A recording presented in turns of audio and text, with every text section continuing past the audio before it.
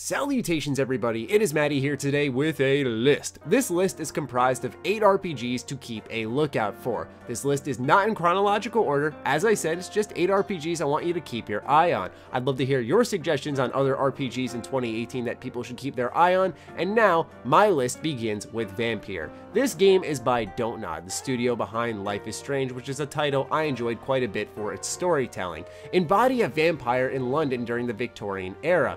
It takes a lot of inspiration from modern hits like The Witcher 3 in the terms of combat, as well as choice and consequence, but also other vampire RPGs, predominantly the most popular one, Vampyr: The Masquerade Bloodlines, which is one I've also played and is quite enjoyable. I can also add that that title has aged well. This game seems like a meshing of those two titles I had just mentioned and making it into something great and refreshing. It already has bonus points because of its setting and its idea. They just need to execute all those RPG elements, and hopefully the combat isn't too clunky, and I think we'll have ourselves a hidden gem on our hands. This game actually had its release date moved to June, which is a perfect time to release it before the fall where all these big titles are hitting, and it can stand out on its own and hopefully get the attention it deserves. Next is Grif Lands, which does not have a release date, but in Grif Lands, everything is negotiable. Money, loyalty, or even morality. You choose your character and you make your fortune. I think that pitch alongside the trailer that you're watching for Grif Lands is exactly why it stands out so much.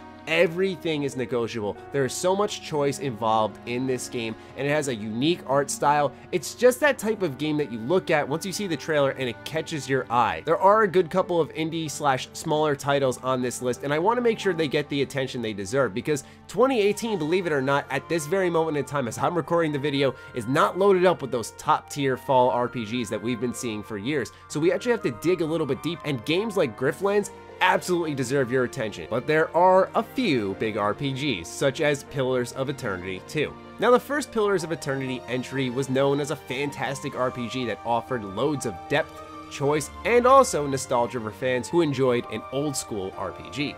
Pillars of Eternity 2 looks to stoke that fire again, but along with that we have ships, and every single preview of this title thus far claims that it is a brilliant addition that practically turns into its own game with tons of customization, deep combat mechanics, etc. And that's the best type of evolution you can ask for in a sequel, keeping what worked in the first entry and adding something brand new and refreshing in that second entry that turns it into a brand new game. Pillars of Eternity 2 is dropping in April of 2018, and a lot of fans absolutely cannot wait for it. It also seems to be taking a little bit more inspiration from a game such as Divinity Original Sin 2 and going along those lines as well. Number 5 is a working title called No Truce with the Furries, which I'm assuming will change down the line, so do know that if you see this game again, it might be under a different name. But at this point in time, the pitch line for No Truce with the Furries is isometric RPG meets cop show,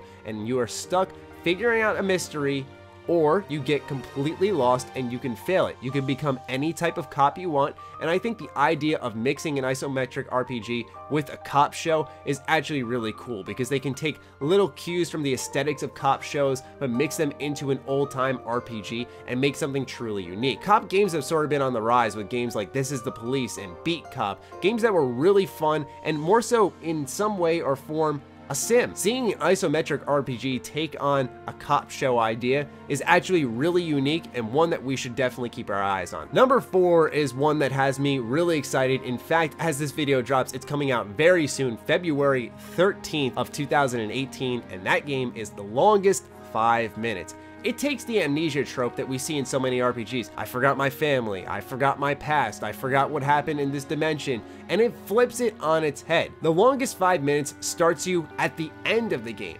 facing the final boss, and you don't have any skills, any abilities, any party members, anything to remember why you're there, what you're doing, and then it's your goal to learn these skills, meet different people, and build yourself into someone who can take on this final boss and remember exactly what was going on. Like I said, yes, it takes that amnesia trope, but it makes it the core of its game and not just a typical JRPG or an RPG where we crawl along through the storyline and eventually we start to remember in those aha moments. This game is built around remembering stuff such as different abilities, skills, and so on. Afterwards is Biomutant, which is one of the first titles to drop after the return of THQ, a company that formerly had their name stamped on every childhood tie-in game I had played. Biomutant is an open-world, post-apocalyptic RPG that has a martial arts system you can customize. I don't know how many of you out there paid attention to remember me. That was also by Don't Nod, who made the first game I mentioned on this list, Vampyr, but imagine that with a little more depth and on the fantasy side of the fence. Biomutant does look a little bit rough around the edges, and we're not entirely sure if it's definitely coming out in 2018. I wouldn't be quite surprised if it's delayed, but right now it is slated for a 2018 release, hence why it's making it on this list. I think the ideas are there, and if the execution is put into place, we can have a really unique post-apocalyptic RPG, which is a very barren area at this point in time. It used to be all we got were post-apocalyptic RPGs, and now all of a sudden they've slowly died out. Hopefully we'll see a couple of them pick up, and Biomutant has the potential to sweep in and pick up some new fans. Nearing the end here, Call of Cthulhu. Now, I don't know how many of you out there play board games, but this game was described as a way that was quite reminiscent of the board game Mansions of Madness.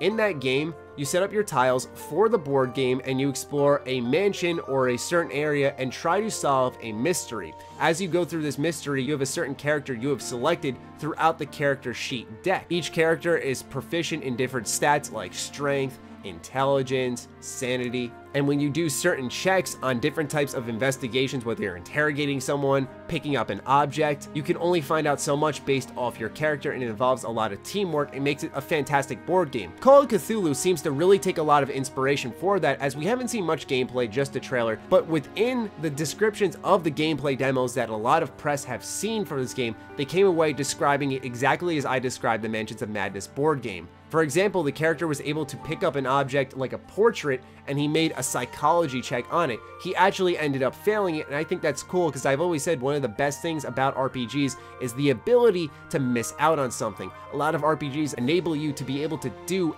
everything in the game, thus removing a lot of the choice and consequence. But when you can actually fail something like a check in this instance, that makes it all the more compelling to come back a second time and say, I wonder what would have happened if I passed that check. And the last entry on this list, personally my most anticipated out of everything we've mentioned here, I'd be remiss if I did not talk about Kingdom Hearts 3. Kingdom Hearts 3 is not really going to be a starting point for new fans, but anyone who's paid attention to this series at all knows just how much hype is backing this game and how excellent it is looking. There is something special about the animation work, the particle effects, and the combat that we've seen in all these trailers, but Kingdom Hearts sparks a special childhood love in everyone's heart, something we can all get in on. An RPG. We all love RPGs. I think any type of fan could get into this, but a lot of us also love Disney. It brings back some of our childhood memories, and Kingdom Hearts somehow manages to mesh both of these together in an idea that most people who pitch initially would probably think, how are we going to combine these and make it actually work and something we could sell? Kingdom Hearts has managed to do that, and the third entry is looking above and beyond what everyone had expected. It has been a decade since the last numbered entry in this series, and finally Kingdom Hearts 3 is supposed to be dropping this year, and as we see more trailers, more gameplay, more worlds, the game is looking more and more close to complete, and we can finally close out the story arc for Xehanort, and I absolutely cannot wait to see what Square is going to bring us. My fingers are crossed. I'm a little bit nervous over it because I really hope it's good. It looks excellent, but that'll do it for the 8 RPGs I feel you need to keep a lookout for. I hope you guys enjoyed this list. Like I said, 2018 at this moment isn't peppered with those big RPGs that we usually expect around the fall. At this moment in time, there aren't many big ones, so we have to look to the smaller titles, the indie ones, the kickstarted ones. And so I hope somewhere on this list you found an RPG that you didn't know about and are intrigued and can keep your eye on. That was the goal of this, and if I missed one, then I'd love to hear a suggestion of yours in the comments down below. Fire away, ladies and gentlemen. Other than that, be sure to follow me on Twitter, like me on Facebook. Those links are in the description down below, along with my Patreon. Do consider supporting that as it fuels all the content we create here. Stay sexy, stay active, I love you all. Peace.